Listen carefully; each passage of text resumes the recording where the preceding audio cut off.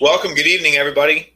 Thirsty Thursday number 29, coming up on 30 of them. Wow, it's that's quite an impressive feat, guys. Tonight we reached out to try and get some special guests, and they had other commitments that they were entitled or engaged in. So just the three of us can be talking shop, sitting around the kitchen table in our own little space. So kind of going over whatever we want to chat about and whatever we want to do. So cheers, gentlemen. It's good to see you guys.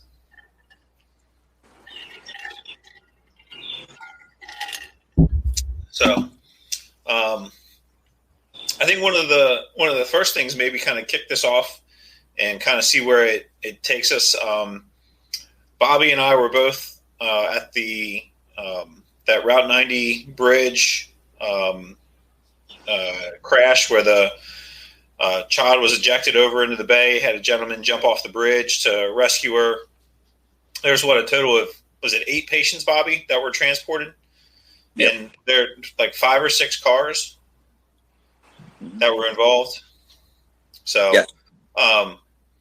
You were the shift commander that day for the division. So you want to, I guess, kind of give us like a little lead in. I've got some pictures up that we can share as we're kind of going through this too, if you want.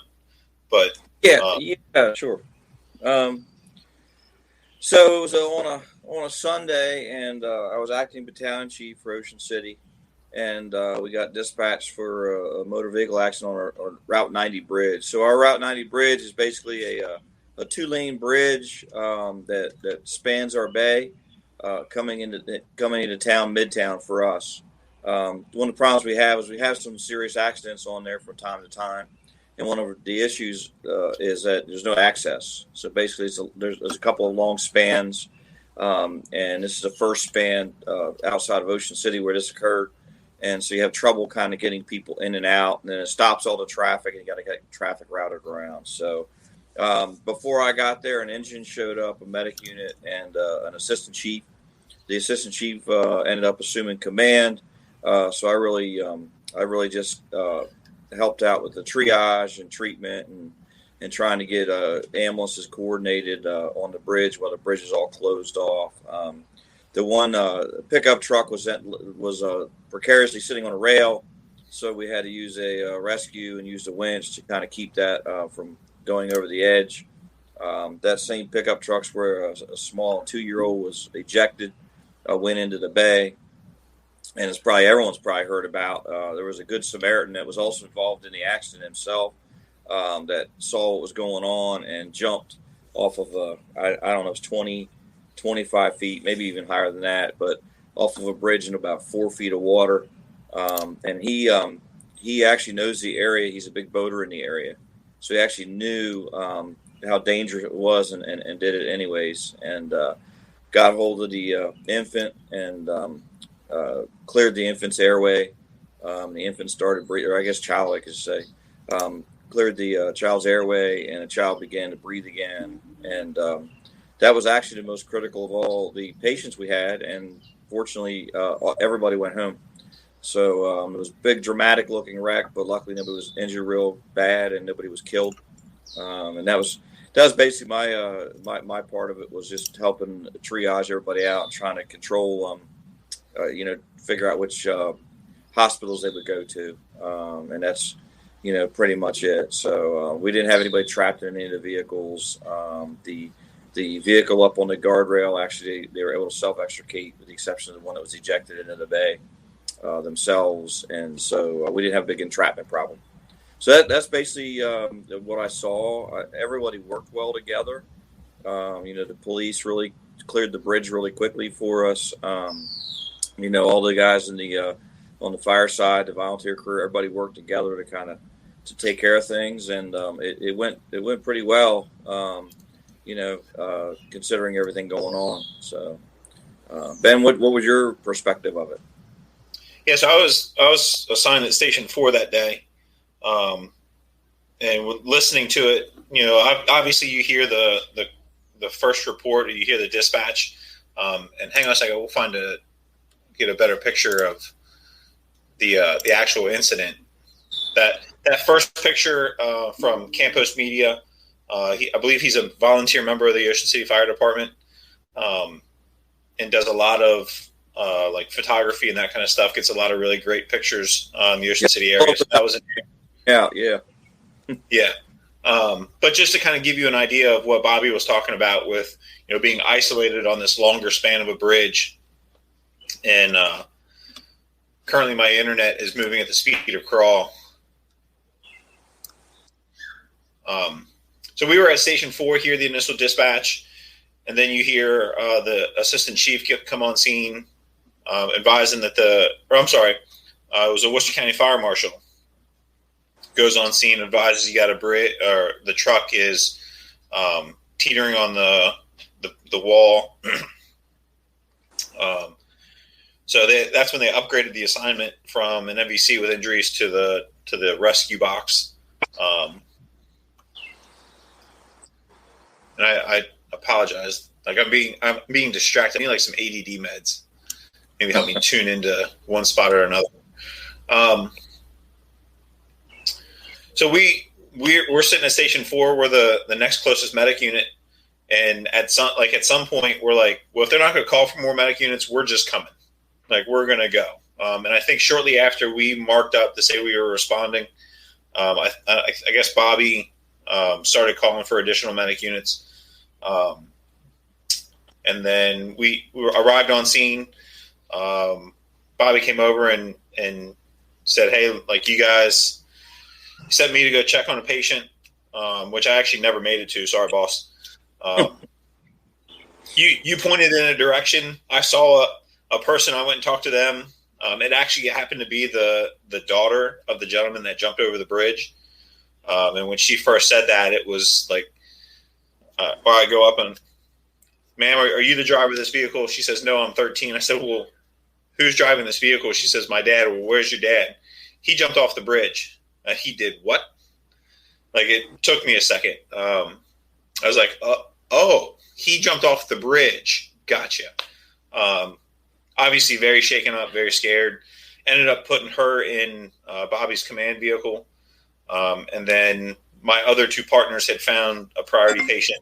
And we ended up grabbing that patient and transporting to kind of clear out the area as best we could for more additional medic units. So that was really kind of our thing. Like we were there briefly. I wish I could say I did more, but I didn't. Well, Ben, let me, if you don't mind, let me chime in. Yeah, I'm all the way down here in South Florida.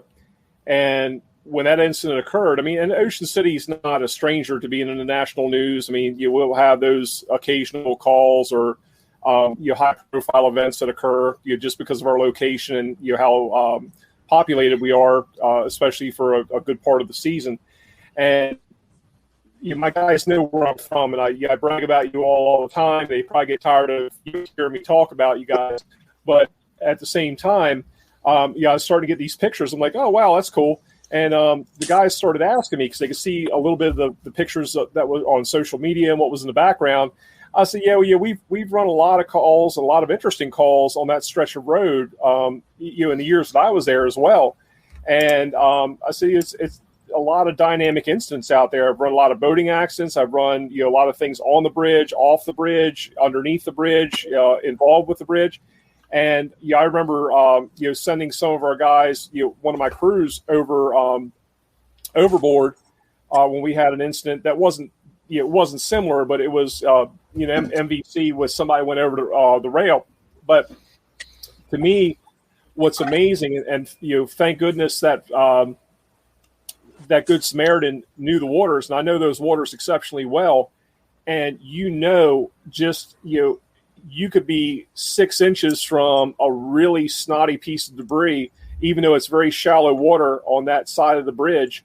And with the currents and the tides and everything else, but there's some really, really nasty debris down there. And for that guy, fortunately knowing the waterway, but to, take that risk that he knew, it's one thing to jump overboard and say, hey, I had no idea what I was getting into and get lucky. This guy knew. And so I got to give him a lot of props, but also, just the amount of pride I have from being able to work with people like, Ben, you and Bobby. And I didn't know Bobby was even in charge of the scene until later, but just knowing, how that incident was going to be handled, because there's a lot of experience base there. And, we kind of run those crazy calls quite a bit. And, I'll talk a little later on, a few weeks back, I had a call on my first due that was very reminiscent of some of the crap we run at Ocean City a lot. And I'm like, oh my God, I thought I retired from this stuff. But, it's just, very, very proud of you guys for what you're able to do with the resources you have. And, you're truly isolated. I mean, you're a city of, especially in 4 months, for better than 4 months out of the year, second largest city in the state with between 250,000 million people of population. And you run a lot of crazy calls with very, I would say, lean resources. I mean, we're fortunate in Ocean City to have a lot of things, the heavy rescues and some of the resources. But at the same time, we are an island. And it's not like you have a mile down the road, a big mutual aid contingent coming in with a lot of specialized resources. So, kudos to you guys, and especially that Good Samaritan who took that literal leap of faith and did the right thing. Because I actually saw some of the footage from the water of a boater who was coming up on the scene and captured some of the Good Samaritan plucking that toddler out of the water. So I know sometimes back home you guys call that Tuesday, but job well done. So kudos all the way around, guys. Thanks. Yeah, there's no doubt in my mind that if he didn't jump, the kid doesn't survive. So he's kind of the epitome of firefighting in general. You take that risk for that specific gain of saving a life, and that's exactly what he did in seconds, in moments.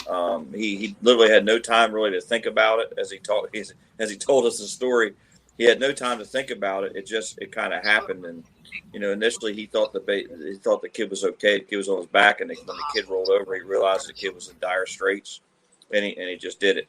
So, I hope that all of us will step up for that moment when it comes to do the same thing. That's what we all train for, and that's what we get ready for. But here's a guy with no training. It's he did what we would dream to do in our positions as firefighters. Well, Bobby, let me ask you this, because of course, some of the details are scant when they get. Was the kid in a car seat, get ejected with the car seat intact? I don't know all the details, so I was just kind of curious how the kid wound up from inside the passenger compartment into the bay.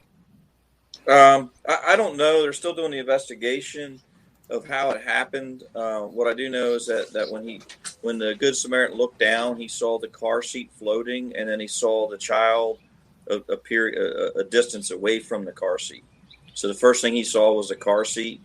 Then he saw the child away from the car seat. So from the time he saw him, the car seat was out of the vehicle, and the child wasn't attached to the car seat.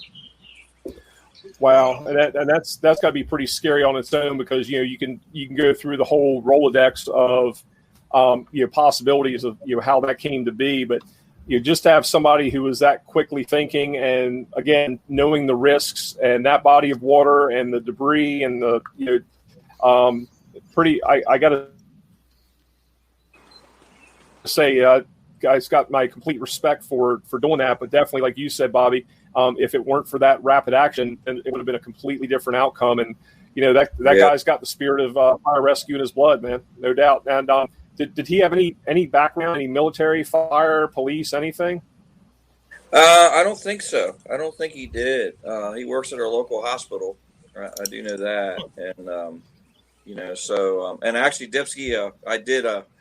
I said, we'll give you an application if you went in the fire department. You're a perfect guy for us. But he currently declined. but we said he's still part of our fire department forever. For kind of what he did. Okay. Well, it goes to show that obviously he has more intelligence than the rest of us, despite his actions. But I was actually going to ask the same question Hickman just put up there, because. I know the weather's been ups and downs, but typically this time of year, the water temperature in the Asswoman Bay and Sinappuxin Bay up there are not too balmy. So what was we had the risk of hypothermia too with that kid. Yeah, he said. I mean, it's multiple things. What do you think the rough water temperature was, Bob? Maybe the upper 50s. He said that when he hit the water, he didn't realize it was cold until he looked how far away a boat was to come help out, and then he realized it was cold. And so where he ended up was about chest deep for him, and he's a pretty tall guy. And he tried to hold the kid out of the water as much as he possibly could to try to keep that from happening to the kid. And the boat came along, but yeah, he said it was cold. So the interesting thing from a command perspective was it was such a dynamic scene. So when I was on my way there, all we knew was that there were two people in the water. I assumed they were both ejected. It wasn't until later on in the incident that I found out that he had jumped in. So I just assumed that two people were ejected in the water. But it was a Good Samaritan boat, so we literally had no contact with them. Kudos to the medic unit to pick them up, because the medic unit was sent to the boat ramp because we knew the boat was going into the boat ramp. They had no idea it was coming, and blam, someone threw a kid at them. So they literally knew nothing about what was going on, and we didn't know anything. And unfortunately, the Good Samaritan's daughter, who was pretty distraught, I thought she was actually really, really injured because she was so distraught about what was going on, understandably. We couldn't give her any information. So it wasn't like a Coast Guard boat or a natural resources boat or somebody we could communicate with a radio. There was really no communication going on, so we really didn't know. And there was a lot of patients too, so we had other things going on, so it wasn't a whole lot of time to kind of talk about things. We were moving from patient to patient, assessing people, and doing all that stuff at the same time. But wow, I mean, that poor 13-year-old girl sitting on that bridge, his dad jumped off. A funny story. So funny story that his wife said was she was ready to call him because she heard about the bad accident. He called. She couldn't understand what he was saying because he was so upset or whatever. And so she called her daughter, and her daughter didn't break the ice. She didn't say, "Hi, Mom." She just said, "Dad jumped off the bridge." So then she was pretty distraught until she could figure out what's going on. But it was hard to most communicate with the other units, and it was one of those evolving scenes where we really didn't know exactly who was who, and until things started getting sorted out. Yeah, Bob, I can imagine too, because just thinking back on some different calls, like you said, if you're working with natural resources police or Coast Guard or whomever, typically you have an ops channel or a patch that you can get a hold of them. But when you have just a Good Samaritan boater and you don't know what landing zone they're going to go into and what their capabilities and limitations are, because as well as I do, sometimes we've had those calls where a very well-intentioned boater will come in, but they don't know about the approach and doing a 360 and looking for other people in the water. So fortunately, everything worked out the way that it did. But I can't imagine, for that crew, especially that was the receiving crew. And I saw, Dip had put in that it was windy that day too. So you got the chop, you got the trauma patient who's been ejected, and they're coming in, no information. So I just think it's a testament to the folks that I was fortunate to work with, but you all are still currently working with, that just take the very minimal information and say, hey, look, we're gonna make the best out of this and do our job. So I can't tell you again how proud I am. When people call up, which I don't know why they're calling me, just because I used to work there, that doesn't give me any credit. Well, you're still kind of a big deal up here, Trevor. yeah.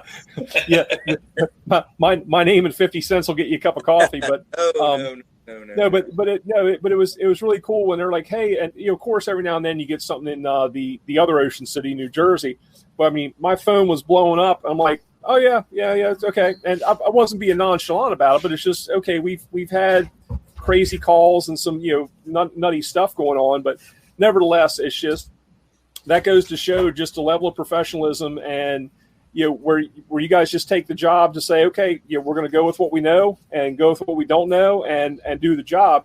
And fortunately in this case it worked out exceptionally well. And in those cases, and I don't know if you guys.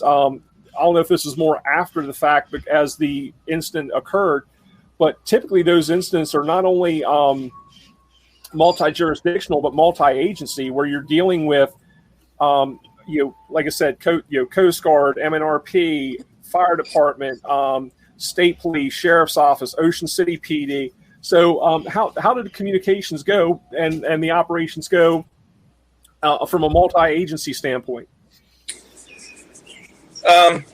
So the Coast Guard got there relatively quickly, but this was happening so quick. The Good Samaritan actually got there first, and they actually did a really good job. They actually cleared the waterway. Them and I believe Natural Resources was down there also. They actually cleared the waterway. Unfortunately, we had a strong boat crew in town, but because we're cross-trained, they were right before this call went out, they were transporting a patient to Salisbury in the ambulance, and they weren't available. So we didn't have our crew in town at the time. It's kind of the struggles of staffing, but everyone kind of worked together. It was a little bit difficult in getting ambulances in there because they had to go up, and we tried to split the bridge in half, and have to have them turn around because the bridge is completely blocked.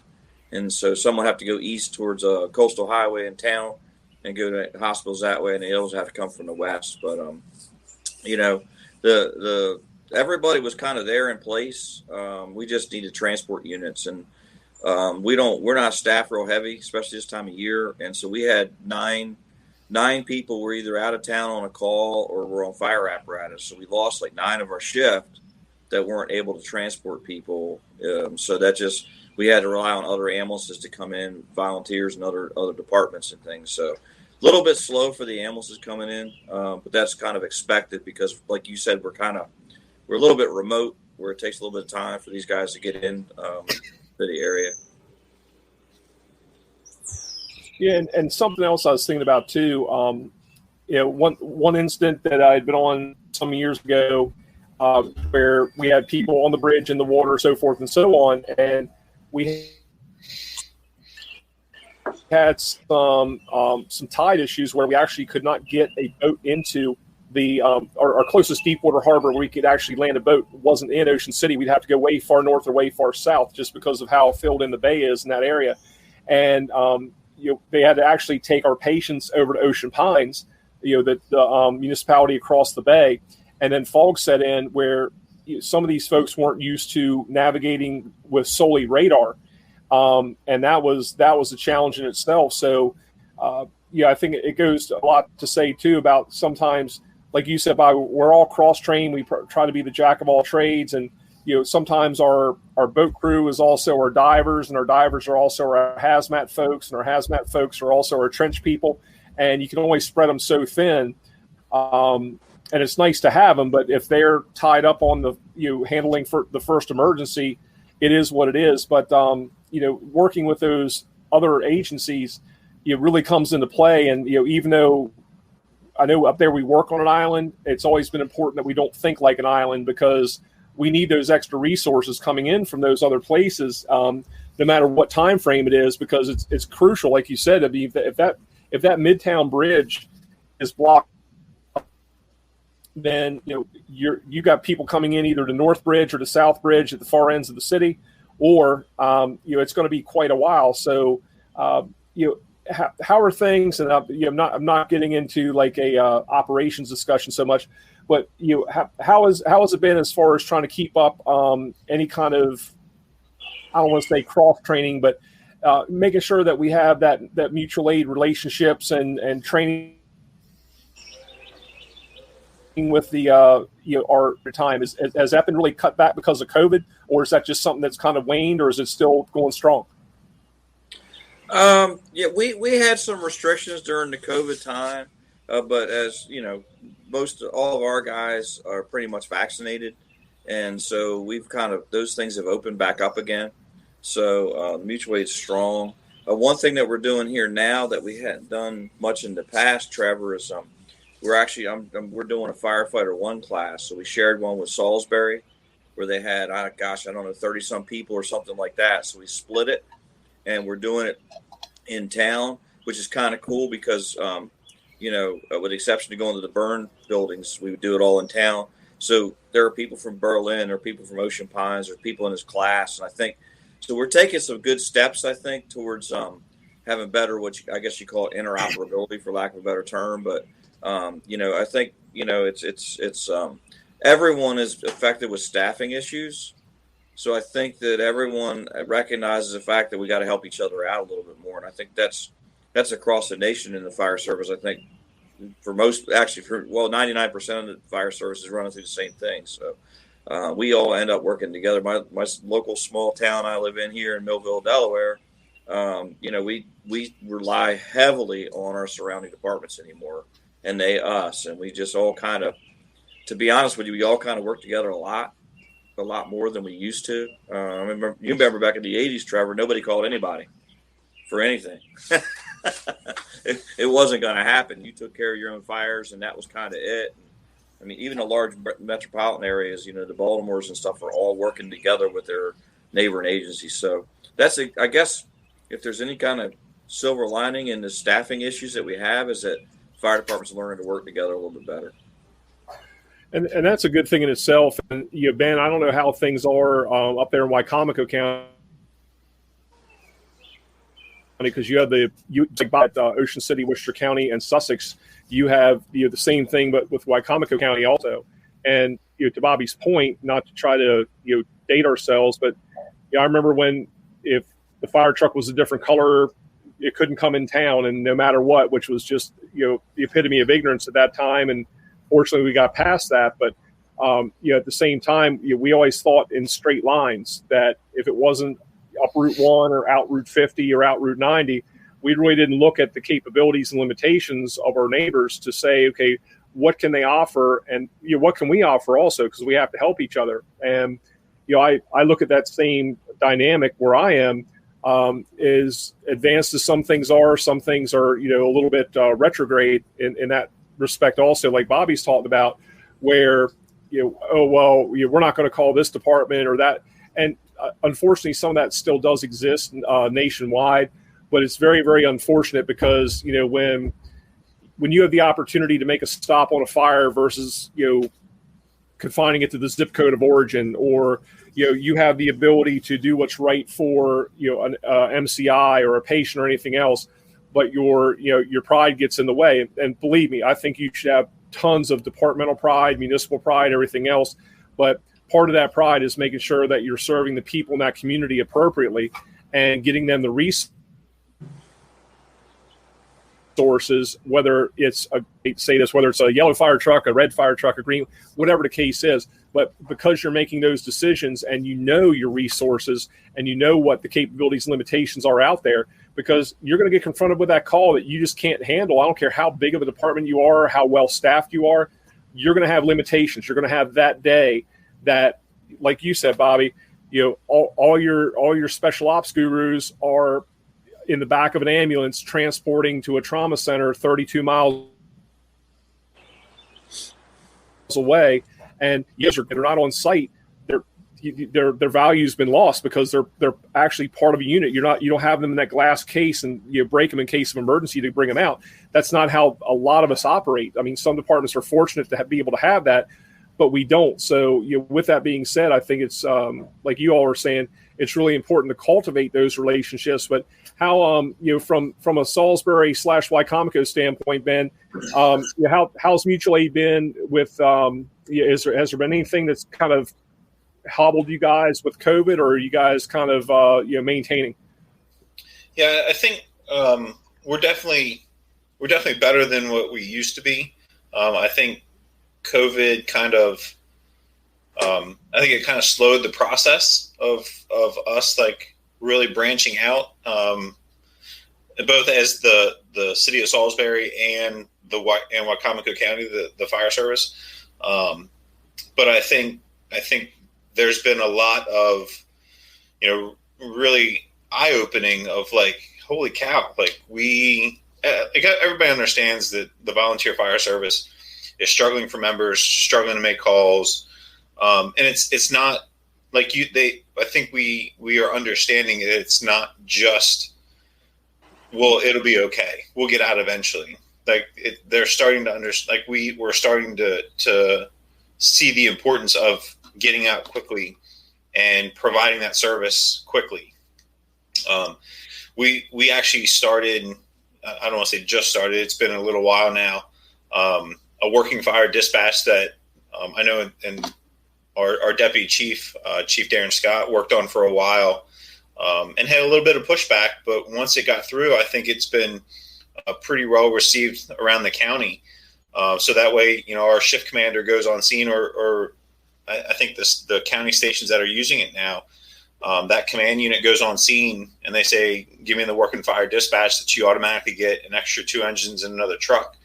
And that's on top of, we get an additional truck and an additional engine on any structure fire dispatch right off the bat. So we went from a 3-station response to a 4-station response on our structure fires, and now we incorporated this working fire dispatch. So we're automatically bringing more people into the city, and the more that you get to work with people, the more time that you spend together, the better off that you guys are, and you start to build that working relationship, and it opens those doors to have those conversations. They're like, oh, hey, you guys have this, we really need that. We have this, and working on figuring all that out to make sure that, everybody's getting the coverage and the services that they need and that their community needs. I know another thing that we're like really branching out on is our hazmat. So we've recently, in the past probably 6, 8, 10 months, ran a lot of hazmats to the west, so up into Dorchester and Caroline County. And their next due hazmat company that we have coming in is coming from Anne Arundel. So there's been a number of times that our hazmat crews are getting on scene, and shortly thereafter, or around the same time, Anne Arundel's arriving with their hazmat team and working with those guys. And that's been, let's talk about, your hazmat techs are in the back of a medic unit transporting to a specialty center, and now you have that call. So, I think that's something that we're really, as a whole in the fire service, like we're recognizing that everybody likes to go to fires, everybody likes to go to cut jobs, and if you call me, I'm going to call you, and it's no longer this is my sandbox, and that everybody like, hey, we need help, come help us, let's work together, let's make this right. I think Chris Rathel just posted something the other day about Ocean Pines, Berlin, Ocean City, all getting together at Cropper's Junkyard and doing like heavy machinery extrication. Like that's great stuff, like getting those crews together. Cause again, you have a tractor trailer into another tractor trailer or a dump truck or something like that. Like it's not going to be one rescue. It's not going to be Ocean Pines. It's not going to be Salisbury. Like you're going to need multiple rescue companies. You're going to need multiple stations. You're going to need a lot of manpower for that incident. So why not train like that? So I think that's something we're seeing like grow throughout the region. And Ben, I agree with you. One of the things I just want to kind of throw in here a little bit is, a lot of times we might get our, knickers in a bunch because, we don't want that other department beating us in this, that, and it's a little bit of misplaced pride. I think you should have all the pride in the world, but what you do, instead of keeping those other folks out because they're serving a purpose, improve your own response time. You improve your own turnout time, figure out better ways to get there. I can tell you, we're a very oddball situation where I work is our firefighters' living quarters and their apparatus bay are not contiguous. And I'm working on that, another story for another time, but it delays their response by up to 40 with no uncertain terms from the middle of their day room to the apparatus bay. It's 118 steps. It takes 42 seconds by the time that they get out, and this is without rain or anything else, get out, run across, hit the keypad to get in the apparatus bay, put the front door up, bunk out, get in the apparatus, and roll out. There's no reason in the world, and I'm trying to work that's something on my end that I'm trying to work out with my powers that be. But the point being is, that doesn't mean that we're going to keep everybody else out. Hey, if somebody beats us in, then that's fodder for me to say, well, you know what? My guys would have been there because they're getting their asses up and they're going as fast as they can, but there's certain barriers in their way that are beyond their control, and they are as fast as they can possibly be, and they work on that. I mean, they have a lot of pride in their response times, which is wonderful. But those are the types of things I think that we can work on individually. And like you said, Ben, too, is and this goes back a little bit to the old school of things where a lot of firefighters used to come from the trades. They used to be carpenters, welders, craftsmen, plumbers. And with that, you don't know who might be coming in on that next piece. I mean, we love to think that we have all the tools in our toolbox, but I look at Bobby McGee and say, okay, yeah, he's a smart guy. He's been around a while, but how many people know that he's very skilled at welding? He can do a lot of cutting. He knows a lot about metalwork. How many people know that? How many people would know that the senior man on my old shift was a lifelong carpenter, and all I had to do was show him a picture of a rake or shore, and he could build 20 of them in minutes, which would take me a lot longer. So you might look at those skills too and say, not only just the mutual aid coming in and not what's coming to you, but also who's coming to you. Start to learn those shifts. If you have congruent shifts that say, okay, A shift in county lines up with A shift in Ocean City, which I don't know if they do or how they do anymore, but you can start getting those resource lists together and say, hey man, today's a really good day. If we have something screwy, we have all this talent here, because people have a lot of off-duty talents that sometimes we just don't take good advantage of.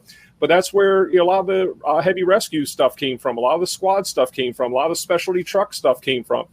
We were doing stuff a few weeks ago, just engine company based, because we had people with skill sets, not because we were wonderful and that well equipped and that well staffed. We just had the right people at the right time that we're like, hey, let's tap into these resources. So, if you guys could just kind of chat about that just for a second, as far as looking at the individual resources, not only the collective, but the individual in your own department, and also on the opposite shifts, as well as maybe some of the mutual aid. Yeah, that's a big one. It's a good one though. It's a good thing to talk about, Travis. One of the things to think about is if New York City has 30,000 paramedics working, and I go visit New York City and I have that unfortunate heart attack, I'm only going to see 2. So when you talk about unit efficiency, sometimes they say it's always a weak link in the chain that breaks the chain. When you talk about efficiency, when you're talking about individual units, when you think about the 8-year-old in flannel pajamas, and you say, okay, well, it should take you a minute to put your gear on, but it takes you a minute and 30 seconds. Or let's go back even further than that. Let's go back to dispatch. It should take you a minute to process a call, and it takes you a couple minutes, So we lose a minute right there. And then how long does it take to process and dispatch the call? It should take 30 seconds to process and dispatch the call, but it takes a minute. So we lose 30 more seconds. And then we should be getting suited out in a minute, and it takes us a couple of minutes or 3 minutes or 4 minutes or what. You could see that for somebody trapped in a building on fire or trapped in a car or whatever it may be, Trevor, you so eloquently say it, it's not our time. We're working on their time. That's literally, kind of where it is. I do a firefighter 1 class, and I'll tell them, you don't have to be the fastest person on the crew, but you can never be the slowest, because whoever's the slowest on the crew directly affects the victims. That's how people, individuals should think about it. And then units should think the same way. If you're getting beat in to calls on a regular basis, rethink how you have your gear laid out, how you have your response laid out, all those types of things, whatever it takes. But, I think the staffing doesn't fix unit inefficiencies. That's my personal opinion about it. You can have 16,000 people in your fire department, but if that first crew is not on their game, then the victim has to pay for that. And that's I think that's the gist you were getting at. That's what you're talking about, Trevor? It is, Bobby, and I was going to say kind of preach on, but my thing is you got to get away from the rectal cranial inversion of things, because sometimes the tendency of management, and yes, I'll vilify them to some degree, is instead of fixing the root cause, they go after the immediate optic. And I'll give you a prime example, without getting into gory details. But several years ago, had we would run, obviously we run a lot of calls in multi-story, multi-family, multi-unit dwellings in Ocean City. And the ladder truck came up, obviously understaffed, and the person who was running the ladder truck needed to join the crew and go upstairs. Well, we had some issues going on, and the ladder couldn't be set like it needed to be set and this is what I want to kind of get in a little bit to between priority-based operations and SOP-driven operations. So instead of saying, wow, you know what, we really don't have enough people trained adequately to run this ladder truck that we need and that we've told the public that we need and that we told the mayor and city council that we need to run on these multi-story buildings, we said, well, you know what, we're not going to run ladder trucks anymore on multi-story buildings because we don't have the people to run them unless we really, really need it. Well, okay, stop, time out. You told this building owner that they needed to have this high-tech ass alarm system to have early detection departments so we can bring all the bells and whistles and get there as soon as possible to protect. So it's on the running card, but we, the fire department, we can't fulfill our obligation. And part of it might be because of staffing, funding, budget, all that kind of happy horse crap. But the bottom line is, so instead of fighting the good fight and saying, hold on a minute, we promised that this truck would be there. It needs to be there. It's due to be there. There's rationale for it to be there. But instead of doing that, oh, no, let's put all our eggs in the basket over here. Well, hold on. That's a staffing issue. That's a training issue. That's a deployment issue. That's an SOP issue. So get off your happy ass. Don't worry about the paper cuts. Let's start looking at operations and putting it into play. And yes, sometimes, but at the same time, that's where you make some of the officials tell you no. And when they say, oh, well, we can't afford this, we can't afford that. Maybe so. You tell me what service you want cut to the community. Which is it? You hired me as your subject matter expert to, whether I'm good or bad at my job. You hired me to tell you what needs to be done to protect this community the most efficiently and the most economically. You tell me what service you don't want to provide. I'm all ears, please. And that's kind of my problem with it is we have, and I'll get off my soapbox, but sometimes we have people in administration who will assume what their elected officials are going to tell them or what they're going to think. And sometimes they know what it's going to be. But instead of actually, having either having a pair of testicles or ovaries, depending on, which side of the fence you are on, they'll just automatically start cutting things. So you got to look at the service that we're there to provide.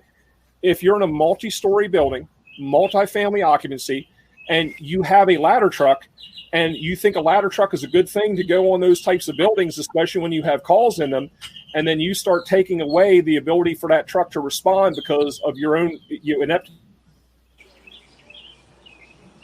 or staffing issues, you can't sit there and pull back and say, oh, we just won't run a truck anymore. Well, damn, isn't that convenient? Well, you know what? I'm sorry, ma'am. I don't have enough firefighters and paramedics to respond to your heart attack today. So guess what?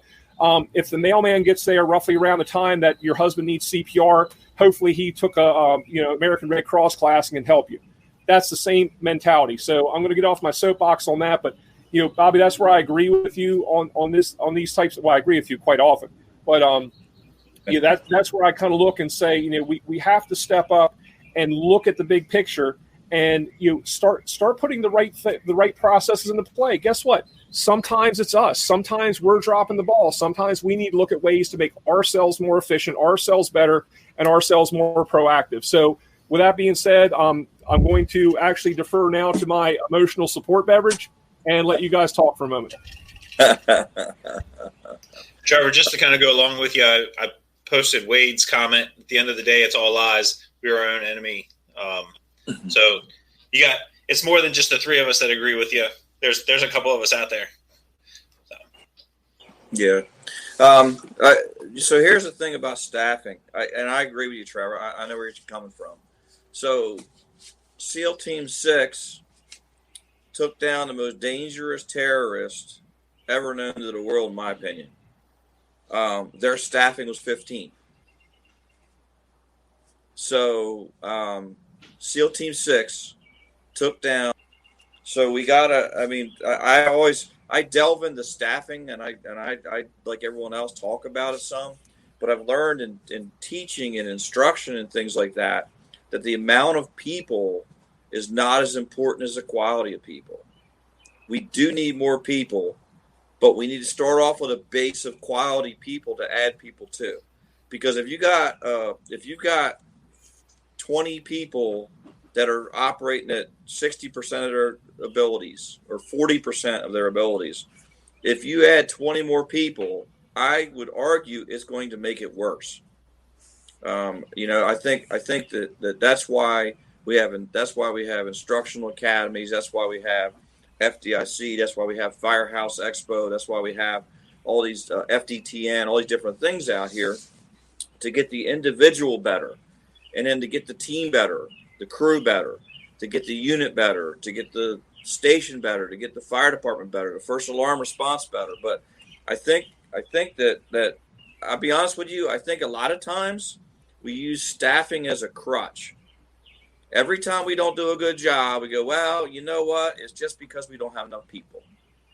And when we all know a really good engine company and one really good truck company can do a lot of good in a very quick amount of time. And so I think it's my sense of all this is that, we have to individually elevate ourselves if we want to make the team better. Because if you're riding on the coattails of other people, you're actually, in the whole scheme of things, you're dragging that team down. They're not pulling you along. You're adding dead weight to them. And I think everyone needs to think about that. And that being said, every single one of us is going to make mistakes. We're all human.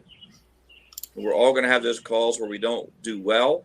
But the difference is, are you going to go back and tell yourself honestly, I didn't do well?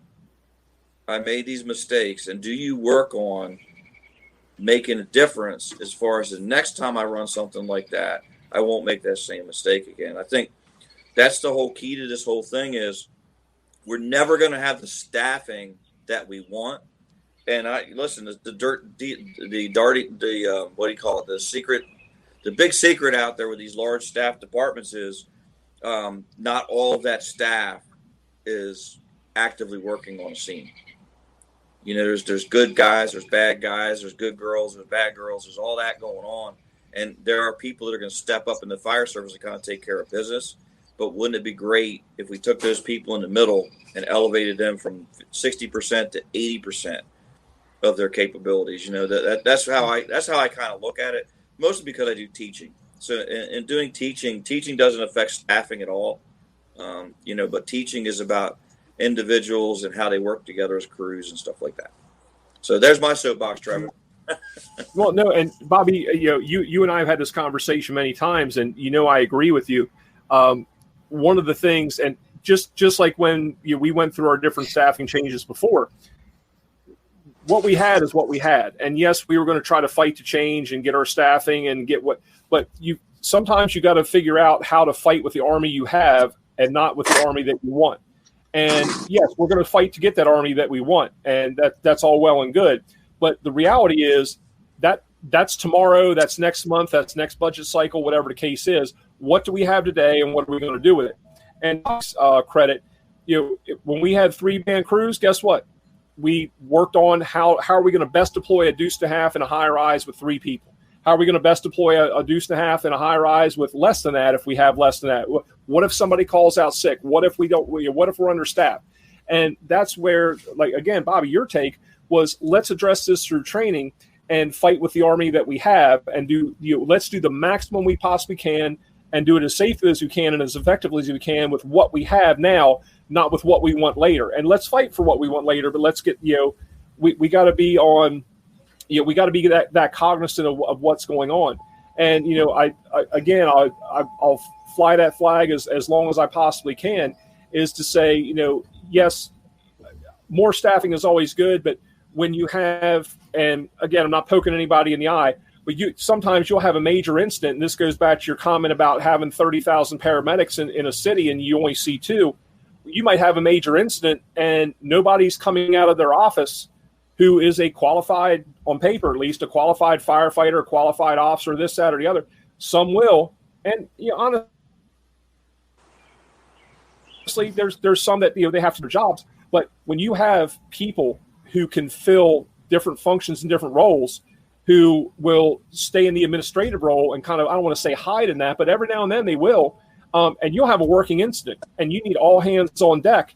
Well, guess what? If you're not confident in your skills, then that's about the time that you say, you know what, I'm no longer a firefighter, I'm an administrator. Hey, there's nothing wrong with that, but embrace it. But don't hold that position out for somebody else, or use that to say, oh, well, we have X amount of administrative staff that are available to respond at any given time, so we don't need any more people on the street. That's great, but guess what? When that call comes out, your happy ass comes out of the office, you take off the shiny shoes and put on the doll shoes, and you go to work.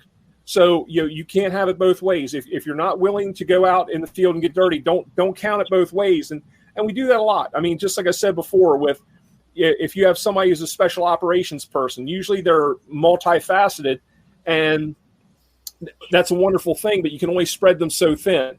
So you've got to find that happy medium and that balance for the calls you're running versus the calls you may run, your special operations, your callbacks. So there's a balance in that, but we can't just look at things on a spreadsheet and say, oh, look at our staffing, this is wonderful. And sometimes you have to articulate that as well to your elected officials who control your budget, to say, okay, well, yes, I might have 20 people that on paper are firefighter paramedics, but let's break this down and be very honest with it. And that's where we got to be honest with ourselves. And Bobby, I think you and Ben had said that before. Sometimes we just have to do a gut check, and as much as we want to be all things to all people, we have to be honest about what our capabilities and limitations are within our own departments. Yeah. That was something I was going to talk about. Is we talk about don't be that slowest person. Like, you don't have to be the fastest, but don't be the slowest. If you're going to say that you're going to respond on calls as an administrative person, then respond on calls. Like a lot of the stuff in elevating. I'm sorry, the last thing we talked about was elevating yourself. From that 60 to 80%. Is that these people have to take a look internally. They have to look in the mirror and say, what am I doing and how can I be better? I can take all the classes in the world, but if at the end of the day I don't give a shit, then that doesn't do us any good. If I'm the one walking to the fire engine for the reported building fire, it doesn't matter what class I have, firefighter 4000, like it doesn't do us any good. You have to be motivated.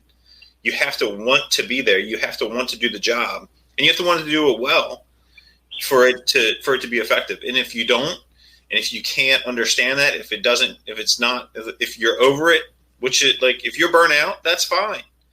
But then it's time to look for something else. You can't continue to say that you're going to provide a service and not provide that service to the best of your ability.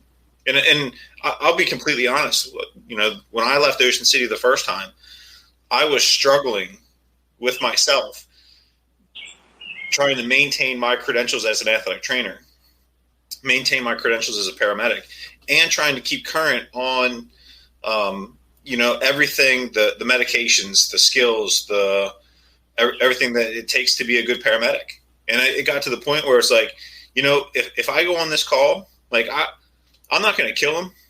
I'm not going to let him die, but I'm not the provider that I would want showing up for me. I'm not the provider that I would want showing up for my family. So I stepped away, and when I came back, I'm honored to be able to come back to Ocean City and work there again. I said, look, guys, I need some field training time. Like, it's been 2 years since I rode a medic unit. The shift I worked with on Bobby's shift when we had that wreck, we had 5 calls. The first 3 or 4 were all priority calls. And I looked at my partner, and he was like, I don't want to work with you again. Like, we're done. So, but like, that's what I needed to get back into it, to start to do it again. So it takes taking classes, training, getting better, but you also have to want to do that. And if you don't have that, then don't let the door hit you where the good Lord split you. Right. I think it's not fair. I mean, I do think individually we need to elevate our step, our game. But I also think from just our time teaching, and Trevor, you can chime in on this too. I think in my time teaching, and then also the big extensive study by the IAFF about crew sizes, I really do believe that if the politicians want the best bang for their buck, a four-person engine is much more efficient than a three-person engine, and a five-person truck, I think, should be the minimum for trucks because of all the tasks and jobs that they have to do.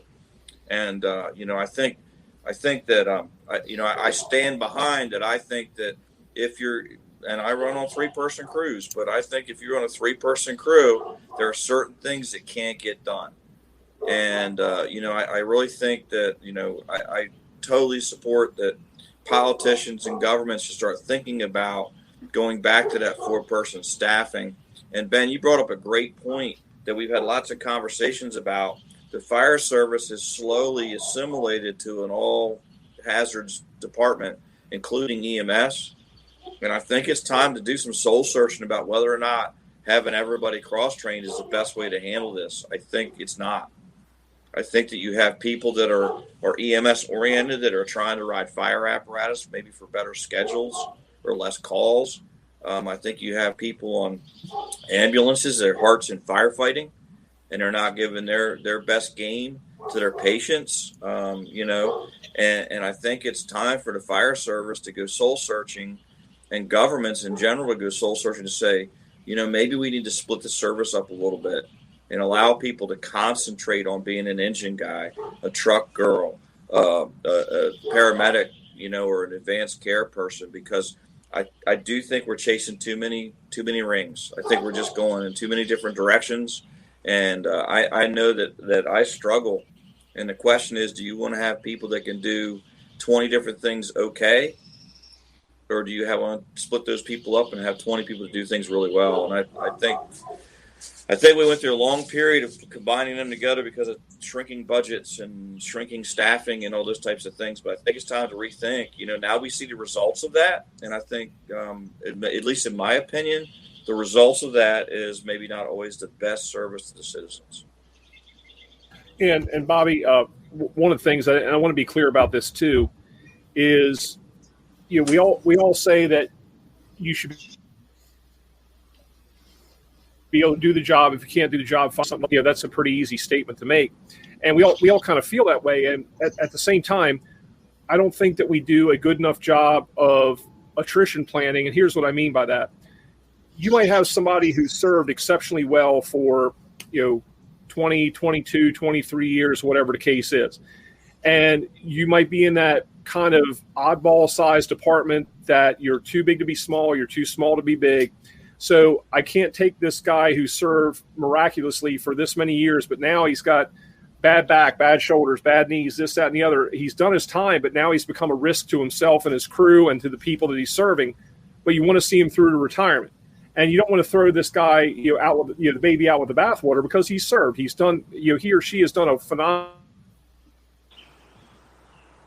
job, and all the time. And sometimes I think that we're very willing to discard some of these people. And look, some of them they've coasted their entire career, and they've not done a whole lot. Let's be very honest about that. But there's other people that were like, wow, I can't put you in inspection and prevention division for your last 18 months because I don't have an opening. I can't put you in, services division. I can't put you down at the maintenance shop because so what do we do with that person who has served admirably and put their time in, but has a little bit of time to go? So that's the other side of the spectrum. I mean, we have some of the people that, they might be a 25-year member and haven't done crap in 24. We know those people. We can name them. But we also have the other folks that have done a great job, but their mind and their body is wearing out, and we just kind of need to get them through. So that's where I think we need attrition and succession planning, and look to say, okay, when that happens, but also be equitable in the way that we do that, because we can't say, hey, Ben, you're my buddy. You've done a great job for 23 years. I'm going to hook you up. Bobby, you pissed me off 20 years ago, and I haven't forgotten it yet. You've done a great job too, but I'm not going to try to help you out. So we need to look for some roles and functions in our department. And believe me, there's enough stuff on a daily basis. I mean, even if you've got to, take from an operational to maybe a non-operational position, which is tough too, because that's another budgetary issue on the other side. But, let's look at some of those things also. So that, how do we retain some of the experience that's getting ready to walk out the door? Is there something that we can do to, cultivate that and extract as much of that as we can before we lose that person to retirement? But also, let's take care of the people who have served us and our communities well. Yeah, I think the answer to that stuff, Trevor, is I think there was a reason why firefighters had 20-year retirements, and I think we had a bad economy, and I mean I understand why things went the way they went. I understand why the beat counter said what they wanted, but what happens is I have like 4 years and 6 months left before I can retire. If it was a 20-year retirement, I'd already be able to end it. So by having those early retirements, we have to sell the value of 20-year retirements to the actual cities that are hiring these people, because not only if something happens to me and I get injured, okay, I got to try to make it to that finish line of 25 years, and some fire departments are 30 years, and I have to make it to that finish line to get my maximum benefit. Well, what you have to sell is that the 20-year retirement gives you an out. So that guy that has the bad shoulder, the guy that has the bad back can retire at a full retirement. I mean, because the bottom line is we max out at 15 years this year. So I'm maxed out. So if you give me a 20-year retirement, you're going to bring in a person at half my rate to kind of fill that back in. So there's an economic benefit even to the cities and counties and stuff to reduce those retirements, because this job can be very hard on your body and very hard on your back, your shoulder, your neck, everything else, even cardiac. We have lots of cardiac problems with a lot of our guys. So I think the answer to that, Trevor, is for us to look at, again, going back to a shorter retirement time to give you a window if you can't do it anymore. And then I think the other side of that is we'll bring people back that have retired part-time to fill holes. Why not bring back someone like you as a per diem instructor? So if you have somebody come out, instead of just filling holes with them that you can't fill with full-time people, bring them back with their talents without having to risk their backs and their shoulders all the time.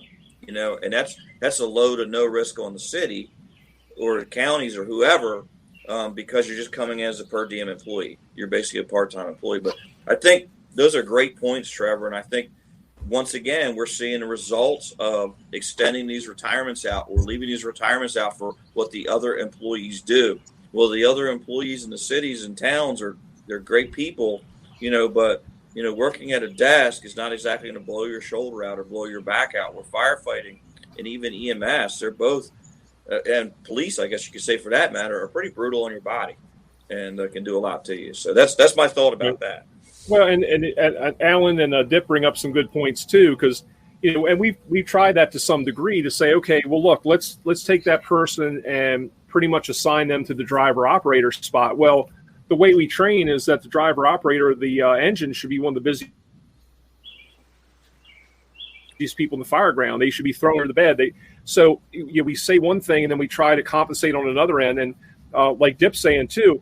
This is an economic thing where we have to work through to say, 20-year retirement, but it has to be palatable for the person to leave, and not say, oh yeah, you can leave in 20 years, but you don't make crap when you leave and you can't sustain yourself, and now you're a greeter at Walmart for the next 15 years. So, it's a combination of things, but make it tangible. I know there are some departments in the U.S. who have done that. They've done a 20 and out, and they've made it very palatable to say, hey, look, we're going to make it worth your while to leave. You're not going to be a rich person, but you're not going to be, eating tuna fish underneath the bridge somewhere, to survive. We'll make this worth your while. So there is a balance point to that. I agree with these guys wholeheartedly, but something we have to kind of think about, especially from the middle to upper management end of things too, is how do we take care of some of these folks, and what do we push for to say, let's make sure that, not only can this person get to retirement because they've served this city, this community, this town, whatever it is, well, but also you want them to be able to be functional and enjoy their retirement time. So, those are some things too, to say, let's get you out in enough time where you can actually enjoy your retirement and go on to a second career, and not be hobbled up or handicapped because of the additional time that we've required you to stay on the job, abusing your mind and your body. I just want to throw this in here that we talked about, those folks that are getting close to their retirement, or, maybe someone has already retired and working on their second career, maybe at a desk job, and they're currently in a sling tonight. So maybe that desk job isn't as safe as what people say, but hey, you know what? Just because I have a desk doesn't mean I work at my desk all the time. All right. It's a pretty big paper. I'll be sure as fire. Safety third. Cheers, buddy. Yeah, buddy. Here again, my emotional support beverage. You're wearing me out, Ben. Hey, well, one, we're coming up on an hour. So, do you see this? Hang on a second. Gray hair competition. Bobby Wood. Guy. Holy crap. See, that's the difference. My shit's too proud to turn gray. It's going to fall out first. But like I said, one, we're coming up on an hour, and two, one of the things that we've added to the Strike the Box page is a page for Hank. So if you don't know who Hank is one of the newest family members in the Steedman household. I don't know if you can spin that camera around. If Hank's out there, you can show him off. Nah, I think he's laying inside right now. I can't say I blame him. But go check out the website for Hank's page. He's also got an Instagram and Facebook page. It's Hank's Hugs and Love, I believe is what it's called. Bobby, are you getting the dog treat? I call Hank my discount Dalmatian. But go definitely check out Hank. He's a cool pup. Has lots of positivity. So check him out if you're having a down day. Check him out, and it'll help turn it around for you. So he's a cool thing going on. But with that said, let's go ahead and wrap this up. I'd say, Bobby, give us your final thoughts, but you pieced out on us. So Trevor, you want to take it away? Yeah, if you won't mind, Ben, if you could put out the silver alert in Sussex County there he is. He's back. Cancel silver alert. Cancel silver alert. Bobby's back. Now, thank you all for tuning in tonight. This has been a great kind of tailboard / kitchen table conversation. We have some great guests lined up, and again, it's like herding cats with everything going on. And some places COVID restrictions are lessening, and some places are increasing. But we don't want to give too much away, but we have some really, really great guests coming up. But it was nice to be able to catch up with you guys tonight and just kind of BS around the kitchen table, so to speak, and see some great friends and familiar faces on here. A couple things to keep in mind: just want everybody to try to be safe as we're coming hopefully out of this pandemic BS. At long last. But also, we're getting into hurricane season, and I know that's just as much of a threat up there in the Mid-Atlantic. We've been through a lot of them together up there, brothers, and certainly down here. So, as the season rolls on, we have other things that we have to. So, stay safe, keep on doing what you're doing, and this is a great boost of energy for me when I get to sit down here and talk to you guys and. And again, see some of the folks that are tuning in tonight, and I know some other folks tune in later on. But it's just that shot of energy and redemption in the fire service that we kind of think like we want to do the right thing for the right reason, serve the communities that we're serving and to be the best we can in our respective industries, and check our egos and attitudes at the door, but keep each other accountable also. So.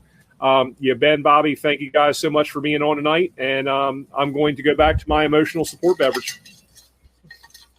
Oh, and yes, hold on. For those of you who are asking, yes, I am in a sling. So it's pretty tragic. I'm kind of torn up about it. I had a stack of budget paperwork and it collapsed on my desk. No, I'm just kidding. But no, I did hurt my wrist and my shoulder, and it was not a collapse of budget paperwork on my desk, despite what Ben says. So, Ben, love you, but kiss my butt. CIP project. Bobby, you want to give us your final thoughts? Yeah, I think about a year ago to today. I'm tired today. I've just had a crazy month of teaching firefighting. So from 4 acquired structure burns, 3 days at FDTN, doing a firefighter 1 class, and it's a beautiful tired. A year ago we couldn't do any of that. So you know what? They're lifting COVID restrictions all over the country. We've not been training like we should because of good reason, but it's time for us to go back out and pull some lines and throw some ladders. And so my big take-home points tonight are: I agree that I believe that we should have 4-person engines and 5-person trucks, and fire trucks should absolutely be red. So if you don't have red, there's a problem. So thanks, everybody. Bobby, what are your thoughts on nose versus no-nose on your fire truck? Nose versus no-nose? Yeah, the conventional versus custom cabs.